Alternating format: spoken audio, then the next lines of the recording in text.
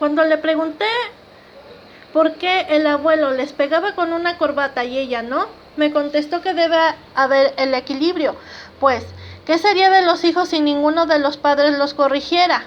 El padre interno de cada uno nos corrige a través de la ley del karma, y además nos va a reclamar si no corregimos a nuestros hijos y los hacemos hombres y mujeres de bien.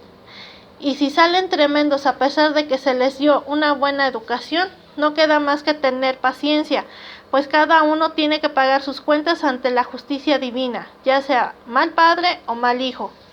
Por último, insistía en que no se debe presionar a los hijos para que entren a la gnosis, pues debe ser una decisión personal de ellos, y solo cuando realmente les guste de corazón. Entonces deben entrar a estos conocimientos, según el propio maestro decía. Subtítulo: El adulterio.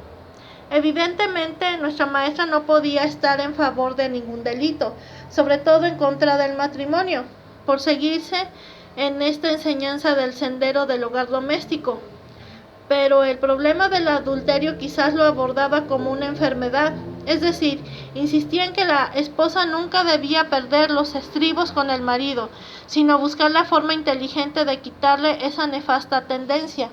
Afirmaba que la mejor manera de quitarle el vicio de las mujeres al marido era no celarlo, no reclamarle absolutamente nada y que la mujer tuviera una conducta irreprochable, pues cada quien tiene que rendir cuentas en el tribunal del karma. En una ocasión, cierta señora le dijo que su marido había llegado con la camisa manchada de colorete, a lo que la maestra respondió: pues échele a la lavadora y olvídese del asunto. En otra ocasión, una señora le dijo que le daba repulsión saber que el marido venía de acostarse con otra mujer, a lo que le contestó: que se bañe su marido y ya. Solía expresar que muchas veces los hombres nos entretenemos con los amigos, nos ponemos a tomar y hablar puras tonterías. Así se nos pasa el tiempo y llegamos a casa en la madrugada y la mujer lo primero que dice es: ya vienes de con la otra, en cuyo caso lo primero que piensa el marido es conseguirse otra, si no la tiene, y si la tiene, en irse inmediatamente con ella. Por consiguiente, a la hora de que el marido llegue, así sea en la madrugada, llega a su casa y que la mujer debe atenderlo sin preguntarle de dónde viene. Si él quiere decir, que lo diga, pero no preguntarle ni acosarlo. Ofrecerle comida y lecho, sin mayor inconveniente. Llegó a decir lo siguiente: en verdad, los pierden por tontas, y discúlpenme ustedes, porque la otra está esperando que traten mal al marido en su casa, para que vaya a donde ella para tratarlo bien, por supuesto. En fin, buen trato y buen ejemplo es el medio de apartar al marido del mal camino del adulterio. A una señora le aconsejó lo siguiente: usted es la señora de la casa, la otra no puede salir del brazo por la calle con su marido, no la puede lucir como usted. Entonces, ¿de qué se preocupa? Preocúpese de dar un buen ejemplo a sus hijos y a su marido. Asimismo, afirmaba que era un total despropósito pagarle al marido con la misma moneda, es decir, cometer adulterio la mujer en venganza del adulterio del marido, pues el karma a que se hace acreedora era peor todavía, ya que la esposa debía dar un buen ejemplo a sus hijos. En efecto, este es el sendero del hogar doméstico, no el sendero de la venganza ni del mal ejemplo. Señalaba que el karma que se genera con el adulterio es gravísimo y que sacar al marido de ese pecado con mucha paciencia y buen ejemplo producía un gran dharma, pues la mujer es efectivamente el pilar del hogar, la que sostiene verdaderamente el matrimonio. Ahora bien, por lo que toca al divorcio, la maestra ratificaba lo dicho por el maestro Samael, es decir, que conforme a la ley de Moisés, solo se puede repudiar a la mujer por causa de fornicación o adulterio. Sin embargo, llegó a señalar que hay tolerancia del tribunal si el divorcio se produce cuando el marido es instructor, dedicado efectivamente a transmitir la enseñanza y la mujer no lo sigue. no lo acompaña al lugar donde pretende dar instrucción, siempre que no se trate de una localidad insalubre o donde haya cantinas o centros de prostitución, etc. Lugares donde evidentemente ni se debe establecer un centro de enseñanza ni tan siquiera vivir, porque los hijos tendrían un mal ejemplo. En general decía que es kármico ser mujer, por las terribles responsabilidades que tiene ante la ley divina, y que ella lo había sido durante mucho tiempo, por tanto tenía derecho a ser hombre su próxima reencarnación, pues el abuelo ya estaba levantado y había entregado su mensaje. El propio maestro varias veces llegó a confirmar que así sucedería, pues ya estaba autorizado por el tribunal, y que la negra sería un gran abogado con su cuerpo de varón y defendería mucho a los pobres. Subtítulo: el Pistisofía. Como la Biblia de los gnósticos, el Pistisofía, palabras griegas que significan fe y sabiduría, revelado por el venerable maestro Samael Aun Weor, fue mal interpretado. Para la segunda edición, nuestra bien amada maestra emitió la siguiente aclaración: he tomado la decisión de hablar en vista de que definitivamente la Pistisofía no ha sido comprendida, ni creo que vaya a comprenderse. Para realmente entender la profunda enseñanza que se ha entregado al develar el más importante documento del gnosticismo antiguo, es necesario vivir conscientemente todos los cantos de la Pistisofía, tal como los vivió el venerable maestro Samael Aun Weor, quien en vida llevara el nombre profano de Víctor Manuel Gómez Rodríguez.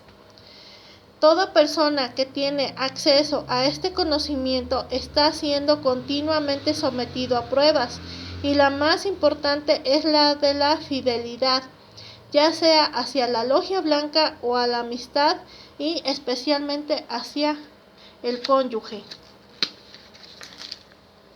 Cuando mi difunto esposo se encontraba develando la Pistisofía, le hice ver el inconveniente que habría si la gente interpretaba literalmente lo expuesto a propósito del cambio de vaso hermético, y me dijo que era sencillamente una prueba para todos aquellos que se decían gnósticos, que era una cascarita, a ver si se resbalaban con ella.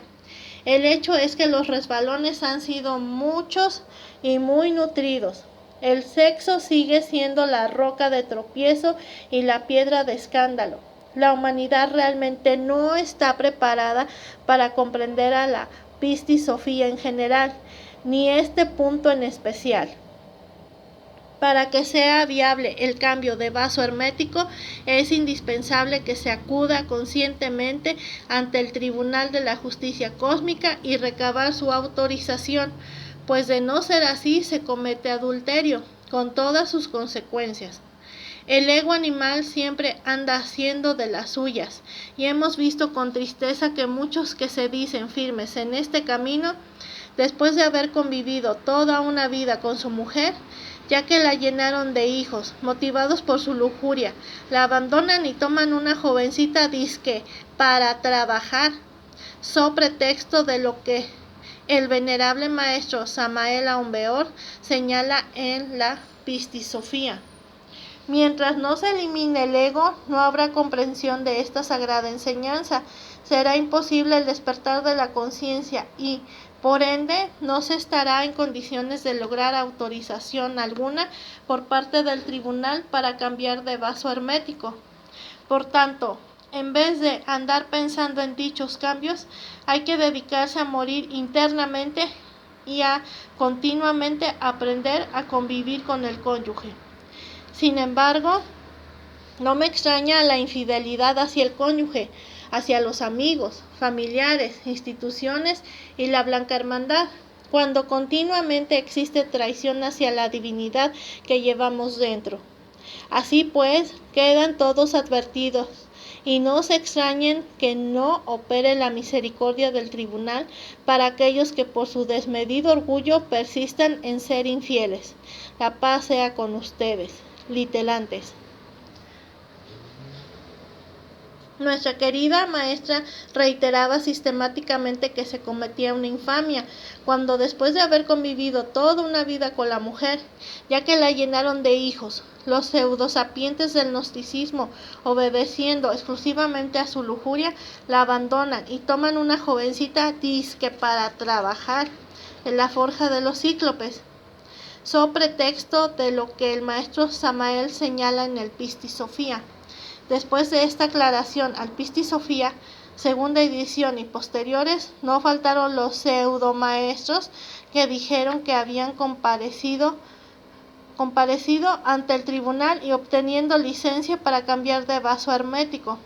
Por supuesto que ni se tomaron la molestia en pedir a la maestra su confirmación en el mundo físico, es decir, ante la presencia frente al gurú de tan inusitado hecho, que cambia radicalmente su camino iniciático. Se olvidaron del principio hermético, tan citado por el maestro Samael, que afirma, tal como es arriba, es abajo.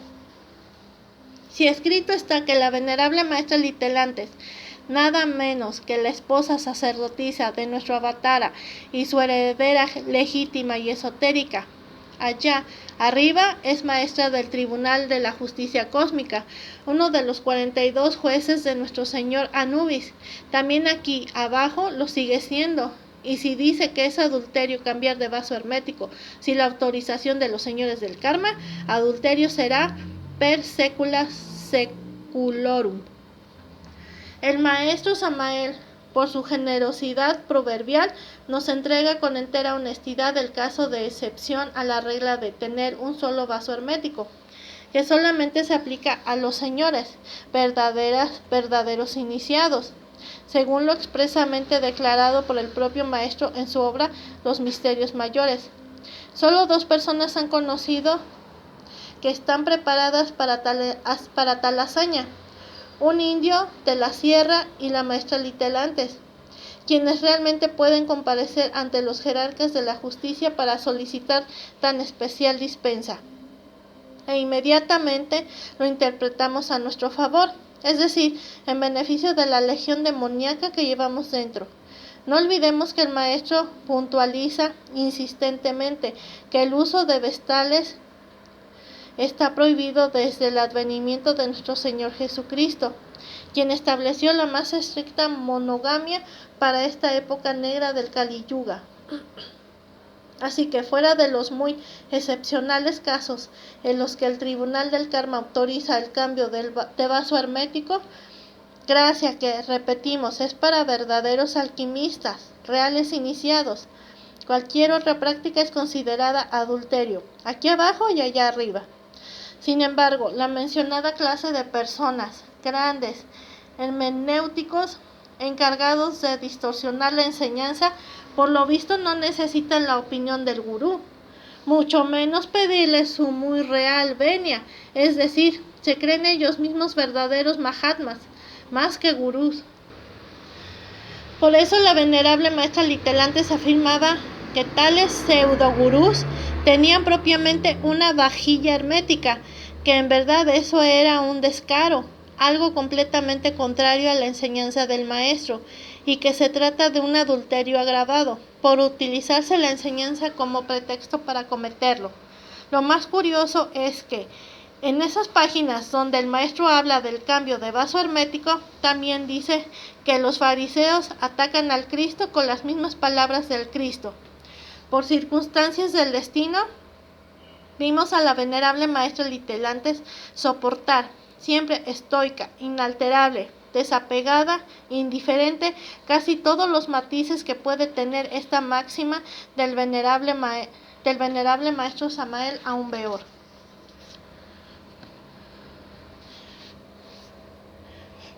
Aquí está un pequeño poema que se titula Solo el amor. Amor, divina palabra, luz del mundo, comunión gloriosa. Amar es de dioses, del ser profundo que labra y labra con inefables goces, de la cruz, la rosa, del verbo, la palabra, joya sagrada la cruz, bendita seas, piedra de luz. Solo el amor, como don sagrado, mata el dolor de Hermes alado. La madre natura y el universo entero coronan rey, al que con dulzura y fervor sincero hace del amor su ley. Capítulo 6. Su enseñanza básica. En este capítulo se ha procurado resumir los aspectos más importantes de la enseñanza que nos legara nuestra bendita maestra Litelantes. Solamente enunciaremos tales aspectos, pues el maestro los desarrolla ampliamente a través de su obra. En realidad, ella hablaba de la misma enseñanza del maestro Samael y no encontraremos diferencia, solo que enfatizaba los puntos más importantes para seguir y persistir en este camino, a la vez dulce y amargo. 1. Estudio, meditación y oración. Su triple consejo inicial era el siguiente: lean los libros del maestro, mediten, pídanle a su Padre. El estudio del quinto evangelio, según el propio maestro Samael, declara que por lo que merece su estudio y lectura sistemática. Muchas veces los evangelios o protestantes nos ponen el ejemplo, pues estudian persistentemente los textos sagrados. Y así lo vemos, que si van en el autobús van leyendo la Biblia. Lo mismo hacen si están esperando el autobús, en su casa, etc. Nosotros tenemos el quinto evangelio, que revela las claves de interpretación, que explica los otros 4 evangelios, así como el Antiguo Testamento, y todos los libros sagrados de la humanidad. Y en verdad que desaprovechamos esta oportunidad magnífica debido a nuestra incuria o pereza. Son 56 obras formales las que escribió el venerable maestro Samael Aun Weor, 14 folletos y más de 200 conferencias, algunas ya transcritas y otras en audiocassettes, que componen el quinto evangelio. Así que material tenemos sobrado, solo falta dedicarnos de corazón a su estudio, tal como sucede en la escuela o la universidad, donde se requiere leer y releer los libros de texto para lograr una mejor comprensión. Igualmente necesitamos releer y volver a leer la obra del maestro Samael Aun Weor. Así nos daremos cuenta de que con las nuevas lecturas de la obra vamos encontrando aspectos que en la primera ocasión pasaron desapercibidos o no nos parecieron tan importantes. Es cuestión de estudiar con cariño la obra del maestro. La meditación y la oración eran puntos sobre los que la maestra insistía fuertemente, y en esta obra se les dedican los 2 siguientes capítulos. 2. Voluntad y buena voluntad. Un punto importantísimo para la maestra era desarrollar la voluntad, e insistía en que nosotros no teníamos la suficiente voluntad, decisión que abandonábamos la partida fácilmente. O como dice el refrán mexicano, tenemos salida de caballo y parada de burro. Perdonando ustedes el refrán, quizás coloquial, pero bastante ilustrativo.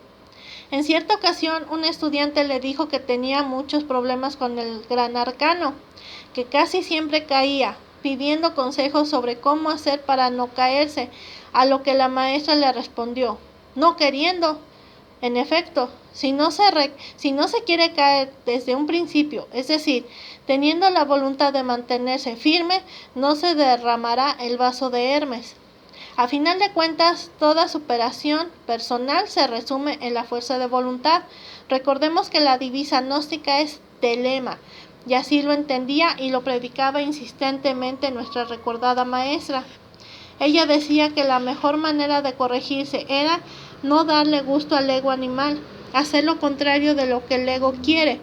Además, afirmaba que no solo debemos tener voluntad, sino buena voluntad, e insistía en que debíamos hacer las cosas de buena voluntad, y asimismo tener buena voluntad para con nuestros semejantes. Si tomamos en cuenta que Judas, el demonio del deseo, genera el ansia de realizar un acto u omisión negativos, que Pilatos, el de la mente, los justifica, y Caifás, el de la mala voluntad, los lleva a cabo, entenderemos la necesidad de tener buena voluntad, es decir, evitar la conclusión de un mal deseo o mal pensamiento. Si nos afianzamos en la buena voluntad, podemos llegar muy lejos en este camino. La maestra era por demás enfática en este punto y afirmaba que mientras más mala voluntad nos tuviesen, nosotros deberíamos tenerles la mejor voluntad, que es la antesala del perdón. Resulta curioso que el ángel del Señor, cuando anunció su advenimiento, dijo: Gloria a Dios en las alturas y paz en la tierra a los hombres de buena voluntad. No se refirió a los hombres ricos ni pobres, ni al presidente o al diputado, ni a los presbíteros u obispos, sino a los hombres de buena voluntad. Y buena voluntad puede tener el maestro más exaltado del Tíbet como el campesino más humilde de la sierra. 3. Buscar la paz. Ya vimos la clave para alcanzar la paz: tener buena voluntad. Ahora bien, la maestra afirmaba que de la felicidad solo chispazos tenemos en la vida, que es muy difícil tener una felicidad continua y permanente. Sin embargo, la paz es algo que sí podemos lograr si nos lo proponemos. No en balde el saludo gnóstico es paz inverencial, pues la paz es lo que desean los maestros para nosotros. 4. Tener contento al Padre. Nos decía la maestra que debíamos tener contento a nuestro Padre, que está en secreto, y no buscar tener contenta a la gente, pues había que estar bien con Dios, macrocósmico y microcósmico, aunque para eso tuviésemos descontenta a la gente. Recordemos que según el maestro, para tener contento al Padre debemos seguir la siguiente regla: recto actuar, recto pensar y recto sentir. La rectitud fue una de las características de la vida de nuestra maestra, y ese fue el ejemplo maravilloso que nos dejó. 5. La fidelidad. Otro punto que destacaba la maestra Litelantes era el de la fidelidad, sea para la divinidad que llevamos dentro, para nuestro cónyuge, para la gnosis, etc. Afirmaba que alterar la enseñanza o entregarla según nuestra conveniencia era una clara infidelidad, que por eso debía entregarse tal como la dejó el maestro, sin añadirle ni quitarle nada. Condenaba terriblemente a los infieles. Decía que a los traidores en ninguna parte los quieren, ni allá arriba, ni aquí en medio, ni allá abajo. Consecuencia lógica de la fidelidad es la gratitud. Quien es agradecido no caerá en la infidelidad. El maestro afirmaba que la ingratitud es hermana de la traición.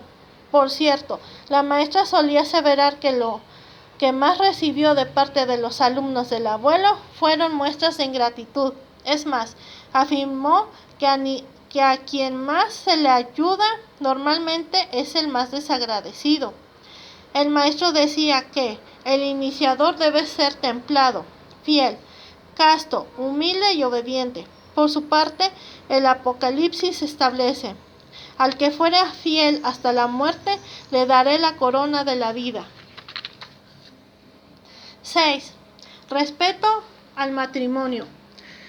Aspecto sustancial de esta enseñanza es respetar el matrimonio, pues este es el sendero del hogar doméstico, el camino del matrimonio perfecto. Por tanto, insistía la maestra en respetar los matrimonios y nunca aconsejaba el divorcio, aun cuando se actualizaran las causas que señala Moisés para repudiar a la mujer.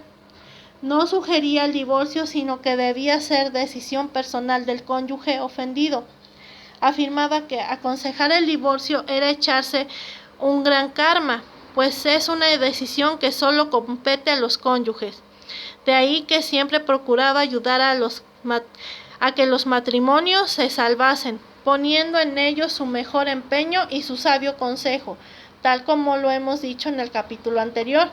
Así que nos instaba a que conserváramos nuestro matrimonio y ayudáramos a conservar los matrimonios de los demás, pues es la piedra angular de toda escuela de regeneración. 7. La venerable maestra Litelantes decía que con la lengua se hace más daño que con cualquier arma, por lo que debemos cuidar muy bien lo que hablamos. Cuando algún fanático insistía en cuidar exageradamente lo que se come, ella recordaba las palabras del Evangelio, enfatizando en que no hace daño lo que entra por la boca, sino lo que sale de ella. Sobre el tema, el maestro afirma: si nosotros abrimos las puertas a las impresiones negativas, a la chismografía de alguien que viene a hablar contra alguien que cargamos aquí en la mente, el resultado será fatal. La efigie o representación mental que cargamos nosotros sobre esa persona y contra la cual ese alguien viene a hablar puede ser alterada precisamente por las emociones negativas provenientes de las impresiones negativas de la persona. Tal figura entonces asume características tenebrosas, se vuelve contra nosotros y nos ataca violentamente. Es claro, cargamos multitud de representaciones y, naturalmente, cualquiera de ellas que quede alterada se convierte en un enemigo interior más de los ya existentes. Entre paréntesis, glosario gnóstico. La maestra acostumbraba a decir: ¿qué sería de mi vida si prestara atención a los chismes y la murmuración? Si me pusiera a hacer caso de lo que hablan de mí, ya estuviera muerta. Así que no hago caso de lo que me hablen de lo que hablen mal de mí, pues no me pagan la renta, ni el teléfono, ni el café, ni los cigarros. Y mientras más hablan de mí, más me paseo y disfruto de la vida. 8. Tolerancia. Insistía la maestra en que debíamos ser tolerantes con los demás, pues todos somos humanos y no somos ni valemos más que los otros. Siempre nos dio ejemplo de la mayor tolerancia. En realidad, de verdad toleraba nuestros errores y nuestra manera de ser. No se asustaba, como hacen los santurrones, de nuestros errores y los aspectos egoicos de nuestra personalidad. Sin lugar a dudas, se le aplica la máxima de Charles Duclos. Una de las principales virtudes sociales consiste en tolerar en los demás lo que debemos prohibir en nosotros mismos. Lo único que definitivamente no toleraba era la traición, y mencionaba que muchos delincuentes comunes encontrarían más misericordia en el tribunal del karma que aquellos que vivían a expensas del trabajo del abuelo y de ella, y encima se complacían en hablar mal de ella, que era tanto como hablar mal del maestro. 9. El perdón. Punto muy importante para nuestra querida maestra era que nosotros aprendiéramos a perdonar. Decía que para eso estábamos en este mundo, para perdonar. En realidad, el perdón es uno de los más difíciles que pueda haber, pues presupone que la persona ha trascendido a su amor propio, al yo del orgullo, a la soberbia y al rencor, defectos que tenemos muy sobrados. En su Tratado de Psicología Revolucionaria nos dice el maestro Samael: escrito está que en el trabajo esotérico gnóstico solo es posible el crecimiento anímico mediante el perdón a los otros. Si alguien vive de instante en instante, de momento en momento, sufriendo por lo que le deben, por lo que le hicieron, por las amarguras que le causaron, siempre con su misma canción, nada podrá crecer en su interior. La oración del Señor ha dicho: perdónanos nuestras deudas, así como nosotros perdonamos a nuestros deudores. El sentimiento que a uno le deben, el dolor por los males que otros le causaron, etc., detiene todo progreso interior del alma.